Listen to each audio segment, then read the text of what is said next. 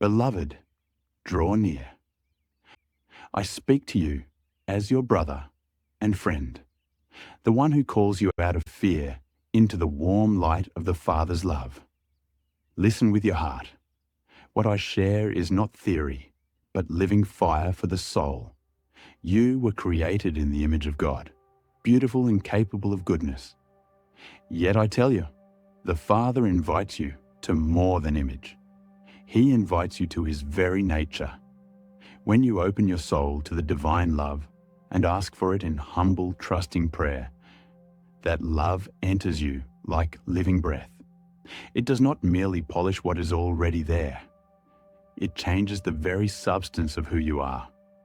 The soul becomes a new creation, no longer only reflecting God, but participating in His essence. This is the new birth. With this new birth comes true life, conscious, unshakable immortality. The soul, joined to the divine nature, no longer hangs upon the shifting winds of appetite or the rise and fall of the mind's arguments. It stands in a new freedom. What once ruled you loses its dominion. Sin and error cannot live where the divine love abides, for the love itself purifies, pressing out the stains that disfigure the soul. You are not merely forgiven, you are transformed. From this transformation flows a deep and growing joy.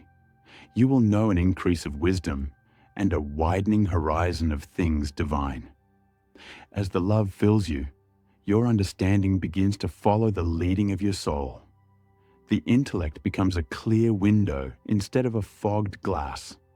And with each prayer that reaches toward the Father's heart, you will taste more of His tenderness, more of His truth, more of His peace. When this love takes root, you discover a new kinship, at one meant with the Father, and a true brotherhood with all. You will feel the gentle atmosphere of heaven, love for God and love for every soul. And you will recognize each person, not as a stranger or rival, but as family. In this communion, your heart learns the ways of the celestial heavens while still walking upon the earth. Now, hear this carefully. The growth of the soul in the Father's love is not a slow, flat line. It is alive.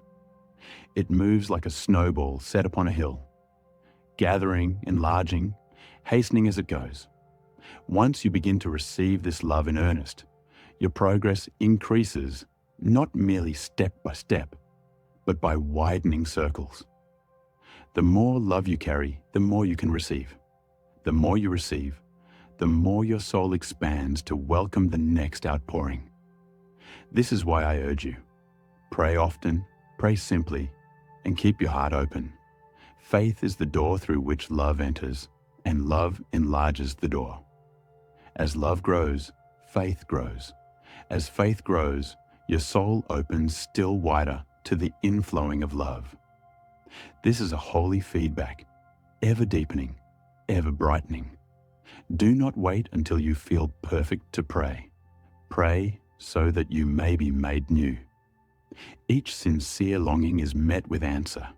Each answer prepares you for a greater one. Think of the leaven hidden within the dough. At first, nothing seems changed, yet the leaven works quietly, faithfully, until the whole is lifted. So it is with the divine love. The transformation is often gentle and gradual, according to what your soul can bear.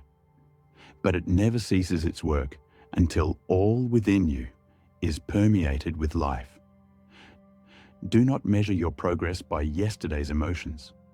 Measure it by your continued desire for the Father and your willingness to return to Him again and again. Some of my beloved ones, like your sister Helen, have spoken of swift advancement, of moving through spheres of understanding with wonder and joy. This is not reserved for a few. It is the natural way of the soul surrendered to love.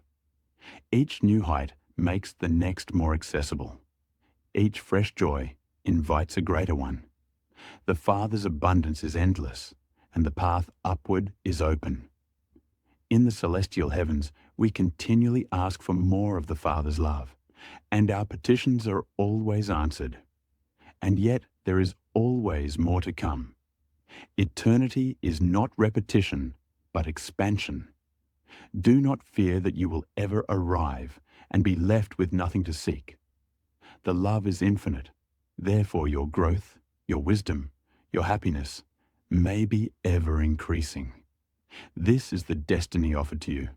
Unending communion, unending discovery, unending joy in the Father. How shall you walk this path now? Come to the Father in the quiet of your heart. Speak plainly. Father, give me thy divine love. Open my soul to receive what I cannot earn and cannot create for myself. Lay down pride, lay down fear, lay down the weight of accusation of yourself and others. Return to this prayer often, morning and night, and in the small moments between. As you do, notice the subtle softening within, the new tenderness toward those who once troubled you, the lifting of burdens you thought would never move. These are the first fruits of the leaven working. Be faithful to the little, and the greater will come. Stay close to one another in love. Encourage, forgive, and bless. Share what you receive. Beloved, share truth spoken in kindness, mercy offered without demand, hope given freely. In this way, you become living witnesses that the new birth is not a doctrine, but a life. I am with you, not to condemn, but to guide, not to burden, but to lift. I call you into an ever closer friendship with the Father, an ever deeper share in His nature. Let your faith open the door. Let the divine love fill the house. And when you falter, begin again. Each beginning is larger than the last, for love makes room for more love, and your steps will quicken as you go. Take courage, beloved. The path is rising beneath your feet. Ask and keep asking. Receive and keep receiving. For the Father delights to give, and in His giving you shall become what you were always meant to be. Children of His very nature, radiant with the life that never ends.